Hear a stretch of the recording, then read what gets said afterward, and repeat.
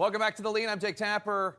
Frankly, it was a terrible night for the establishment in New Hampshire. Hillary Clinton's campaign stunned, again, that an opponent they had initially written off is showing huge strength. And the Republican Party still waiting for a consensus candidate to emerge from the establishment as Donald Trump wins New Hampshire by the biggest margin in 16 years.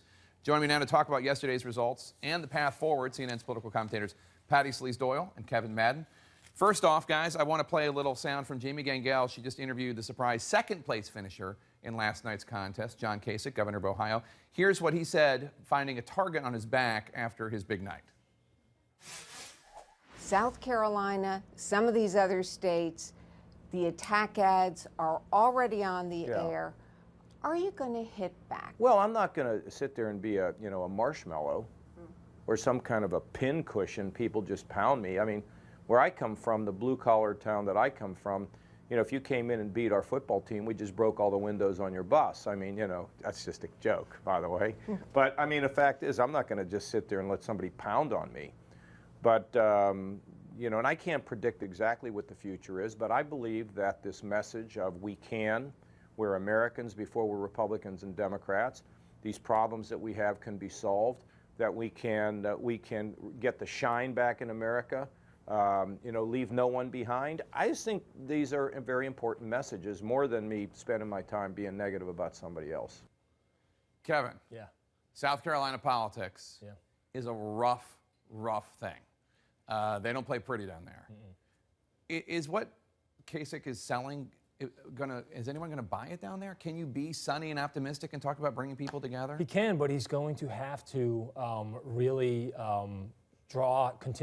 be ready to draw contrasts at a moment's notice with his opponents. The big risk for John Kasich is that on Monday night, a lot of people went to bed not knowing who John Kasich was, and they woke up on Tuesday morning, knowing a little bit more about him because of his win here in New Hampshire.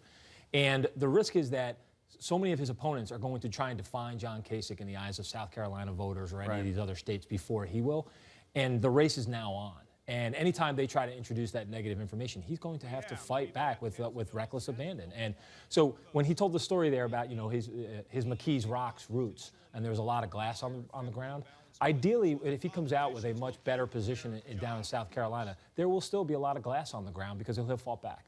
Patty, as Hillary Clinton's campaign manager in 2008, this must be a familiar feeling for you, what's going on right now, although this time she won Iowa and lost New Hampshire. Right. We're hearing talk from the Clinton campaign about the need to take stock, reassess, figure out what's going on next.